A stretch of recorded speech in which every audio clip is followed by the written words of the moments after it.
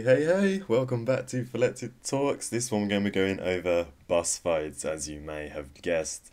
Now, there's a lot to talk about boss fights, so I'm going to try and get through all of it really quickly. First up, the most awesome thing I think about boss fights on the level is the fact that you can fight at level 1, you can fight at level 80, all the way through. You're gonna have some epic boss fights, and in this video or these series of videos I'm gonna show each sort of level range. This is sort of the highest boss fight we've seen so far. This boss fight is the level 60 area, and after this I've got the level 15 area that not many of you may have seen. It's quite a rare piece of footage. It's out there on YouTube, don't get me wrong, but a lot of people don't know that they've shown it at PAX, I think it was. It may have been Gamescom, not too sure. And then right at the end we've got the level 40 boss, which is the most awesome thing I have ever seen. Puts Deathwing to shame, I must say. But let's carry on. So yeah, the fact that there's low, mid and high level bosses is absolutely amazing. But one important point that has to be addressed is the fact that there's going to be no Holy Trinity system. And as we all know, boss fights are generally directed at the Holy Trinity system. That's how they work. The boss is focused on one person, and another person is healing that one person, and DPS are just trying to kill the boss as fast as they can. But this is going to be completely taken out, so this changes how bosses are going to be fought completely. Now, so the Holy Trinity system, tank, healer, DPS, is no more, but to the point of being able to survive, you need some sort of support system in place. You need some sort of classes that can take the punch that the boss brings. Even though the boss isn't punching, it's more swaying, it's more cleaving, I think, but I'll come into that later. So the support classes I'm going on about is probably going to be like the warrior, the guardian, the sort of heavy plate classes with more HP. They're going to have more abilities to be able to support the classes that have less HP and less abilities to survive than others. Of course, this is a minor aspect of it. As we can see it right in front of us. This guardian right here, you know, he's laying down auras, he's putting down shields, he's AoEing down his mobs, you know, he's helping out his fellow casters, his fellow rangers that aren't as suited to survive than he is. So he's using his abilities to be able to help these other classes survive. So that's how I think the Trinity system is going to sort of work. Even though it's not a Trinity system, you see what I mean. You're going to have these classes in there to be able to support other classes which have less HP, you know, and they have less HP because they can do more damage, and that's how it works. So, you know, they have to be there, they just have to, you know, it's taking away the Trinity system. Holy Trinity system is down the drain, out the window, the rats are nibbling on it, you know, it's gone. But you know, there's a new combat system in place in order to make these boss fights work, and in order to, you know, stop people from dying left, right and centre. Even though if they do, you know, anyone can resurrect in the game, so it doesn't really matter, you know, another point, but there you go. And what I meant earlier by the cleaving system rather than the punching system, I don't know why I'm saying system, because what I said, you know, the tank sort of takes the punch, but in this case it's more of a cleave, because I think the way bosses are going to work, as we can see right in front of us, is that they're not focusing on one target. They're not like focusing on that tanky target, they're focusing on everyone. Because I mean, just look at the battlefield. If you catch it in this video, when this boss lets out the roar and everyone runs away, it's sort of like a fear. You know, just look across the battlefield, everyone is there. It's affecting everyone. The boss is focusing on everything that's killing it. So therefore, its abilities reflect that, and its abilities, you know, are used on everyone. It's putting up bone walls, it's laying down poison, it's breathing poisonous breath, you know, it's letting out these little bone fingers that are flinging everyone around. You know, it's not focusing on one person, and everyone that's fighting it around its feet, it's stomping on all of them. You know, it's just your crowd control, the area of effect abilities are going to be key to all these boss fights that we are seeing.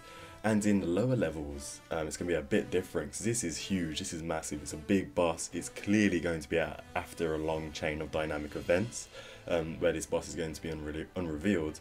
But the lower bosses, as you'll see later on, coming up soon in fact, The level 15 boss, you can imagine that being after a smaller amount of dynamic events, and this boss is sort of risen quite a lot, so that when you're going through the sort of earlier levels, which I'm guessing are going to be a bit quicker and the maps are going to be a bit smaller, at those earlier levels everyone has a chance to at least, you know, see the content of this boss before they just sort of level out, you know, and get to around level 20 or so.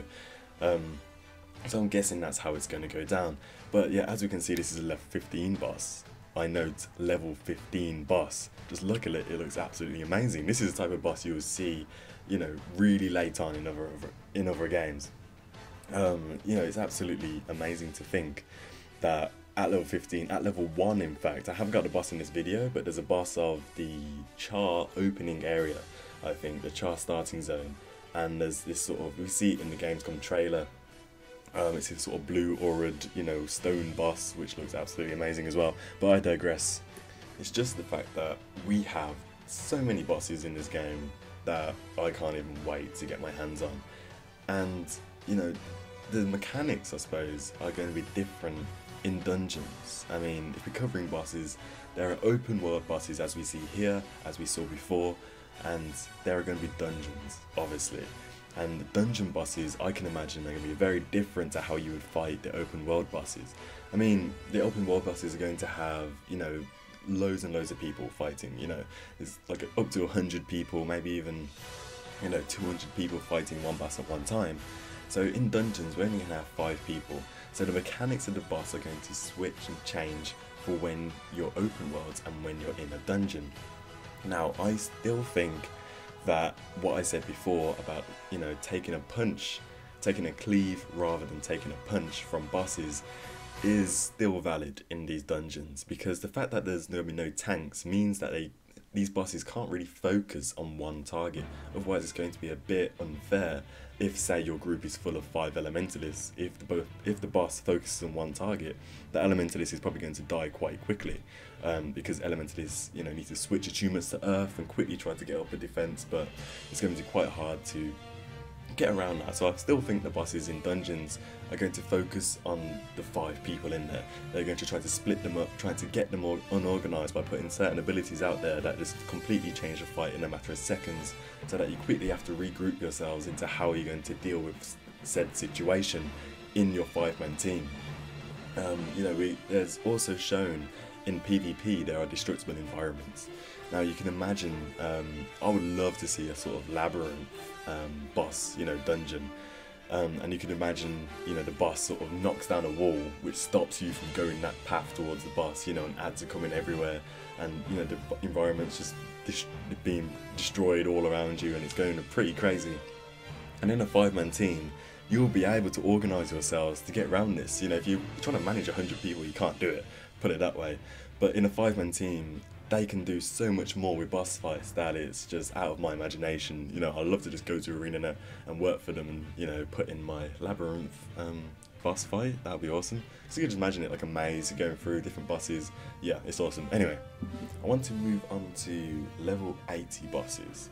As we may know, or you may know, may not know, level 80 is the top level in the game. The end game content starts at level 80.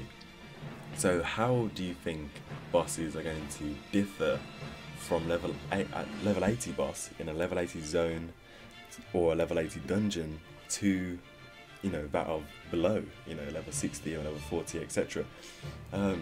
Because, I mean, it's end game content. You know, people are going to get to level 80 and they can't progress, you know, as in they can't level up anymore.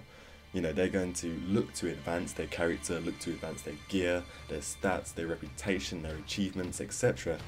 You know, people are going to be trying to do this. So boss-wise, because it's a dynamic event system where in the open worlds, certain chains let off certain bosses, you know, you haven't got that system in place where every week or, you know, every couple of weeks you will go in, you know, get your group together, get your guild together and fight said boss.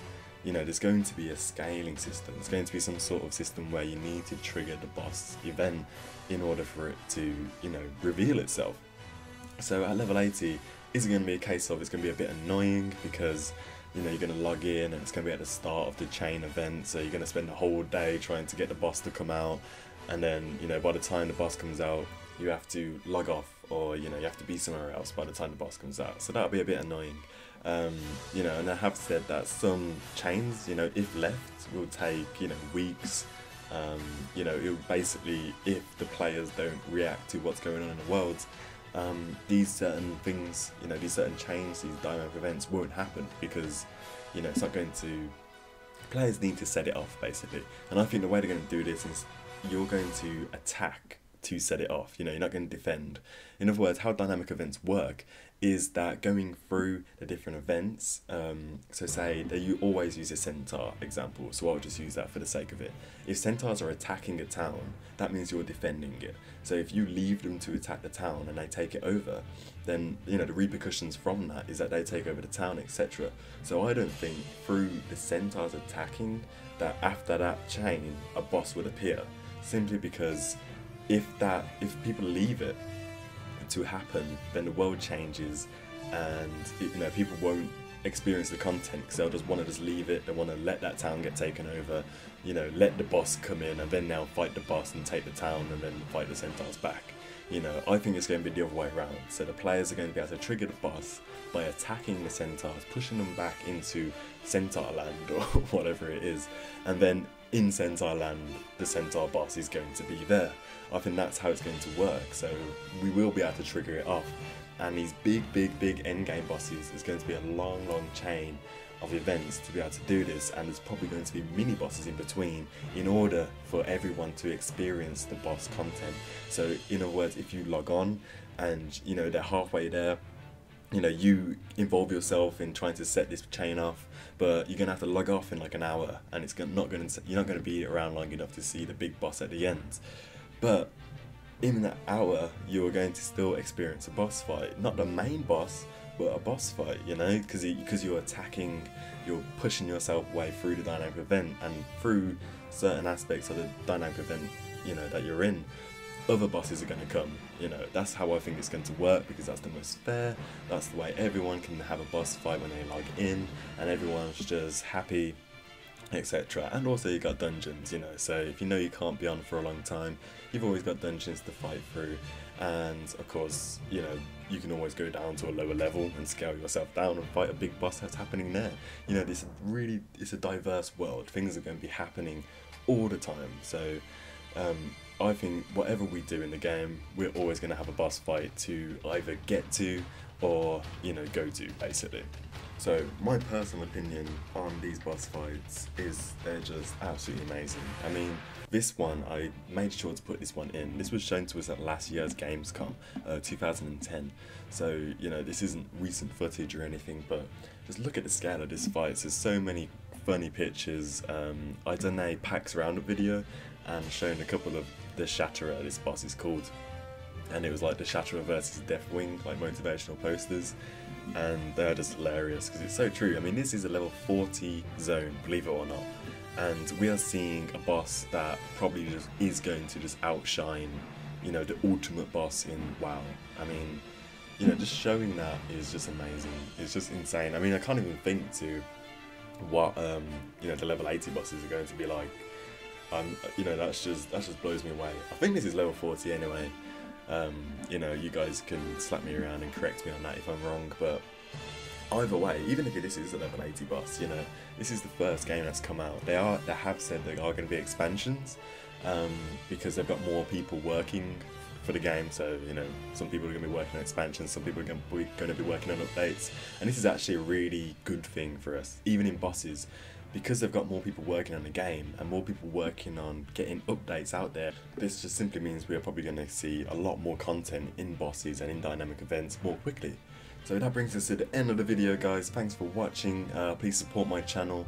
I am brand new, Guild Wars is brand new, together to the top, all that stuff. Thanks for watching, and I'll see you guys next time. Also, make sure you check out my Guild Wars 1 Factions Let's Play. That is awesome. I'm really enjoying that. So, yeah. See yous. Bye-bye.